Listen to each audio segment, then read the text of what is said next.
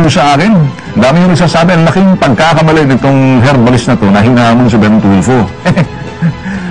Tingnan natin, ako naman, sinasabi ko naman, yung hamon niya, hindi naman hinahamon kami suntukan, hinahamon sa lansangan. Yung hamon lang na parang gusto niya ipakita sa akin, yung herbal niya, magaling daw. Well, kami, okay, we'll see.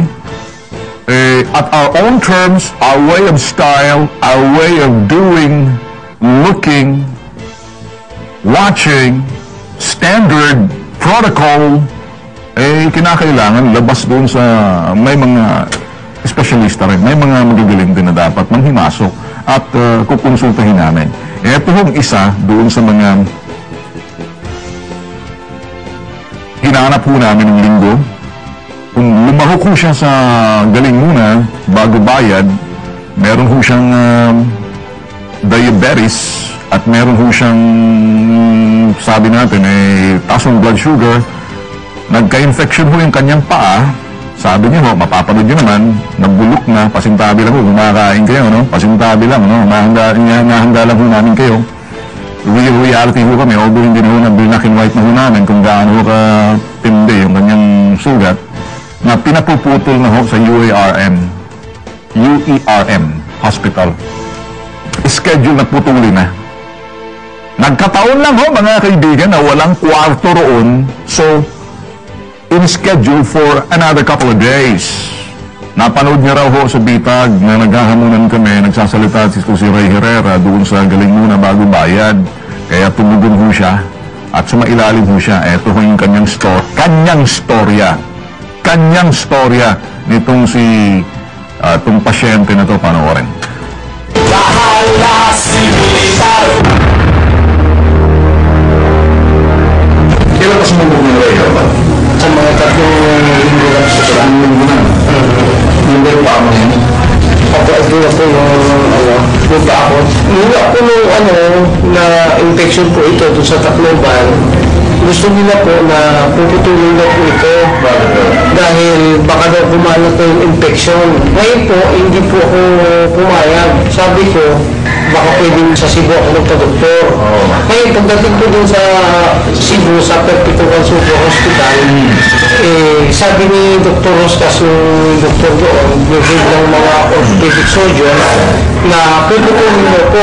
Pinapapilito nga po ako kung saan putulin dito ba raw o dito. Sabi ko kung kailangan putulin, dito na nga siguro medyo maiksi-iksi. Sabi niya, dapat dito. Alam mo, pinapuputol na. Pag pinapaputol na po ito, kaya lang, nagkataon po na wala pong kwarto doon sa UERM. Ngayon, yung pagpaputol. Ibig mo sabihin, mas maswerte ka dahil walang kwarto. Kasi kung nagka-kwarto, putol na pa. Ganun nga po ang nangyayari po. So, pag pinapagpagpil Pag uwi ko po, napanood ko po kayo na naghahamon na ni Kari. Sabi niya, galing mo na bago bayad. Ngayon, ang nasa isip ko naman, hindi itong tao na ito maghahamon kay Mr. Bintel po na hindi siya sigurado sa produkto niya. Kaya pumunta na po ako doon. Simula noon, binigyan na po niya ako ng herbal. With 7 days na pag-iinom ko ng herbal, tinigil ko na po yung aking insulin. Hindi naman po ako nanghihina. Kaya tuloy-tuloy na po yun. 1 week ka ako uminom ng herbal ni Kari. Noong 1 week, medyo nakikita ko po siya nangungulubot. Ibig sabihin po, lumiliit po siya. Bakit malaki? Malaki po yan dito. Makikita naman po yung dati. Ako ng dati. Pinitsuran ko po dahil parang meron lang po akong Remembrance. Bago putulin. ito po yung paakong yan yung Ito lang po yung sugat.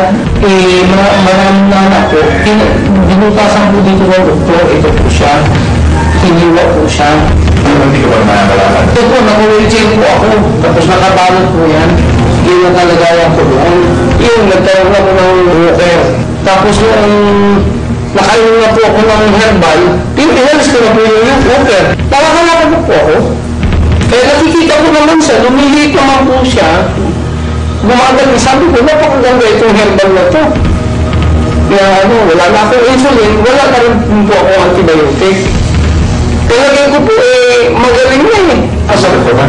Hindi po. Kahit hindi naman sakit yan. hindi na po masakit yan. Nakasaan na po siya. Nakakaapat na po siya. Dati. Eh, hindi po. Hindi po talaga masakit. Pero hindi ka magpakita sa doktor, parang hindi lang sasabihin niya. Eh, ang ano ko po, parang useless na rin na pupunta ko ng doktor, gumagaling naman po.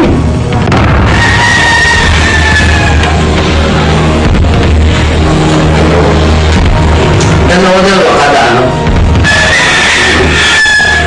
Kaya, pag ininom ko po, maya-maya, nararamdaman ko, lumakas na nararamdaman. So, sa susunod, pabalikan mo naman rin yan. Kung makita ko din yan. Sige po.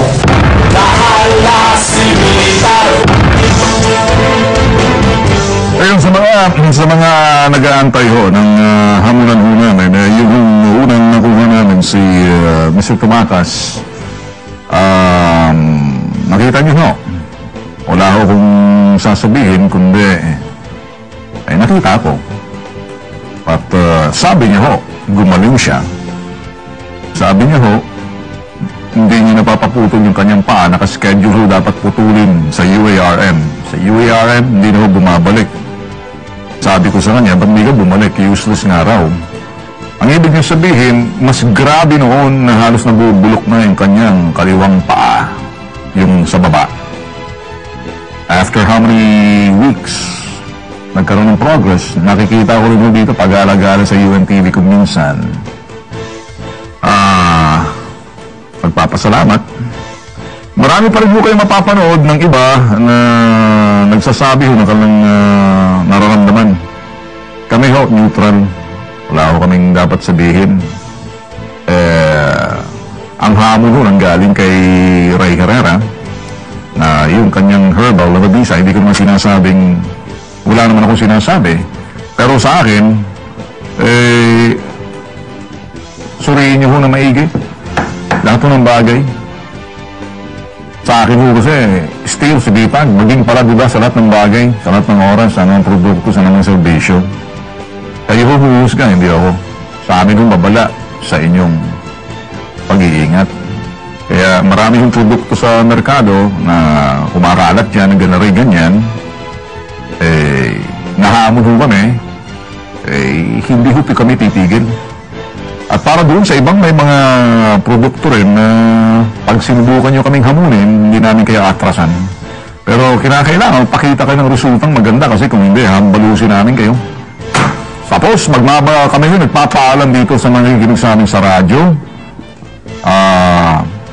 Hanggang 10:30 ho kami.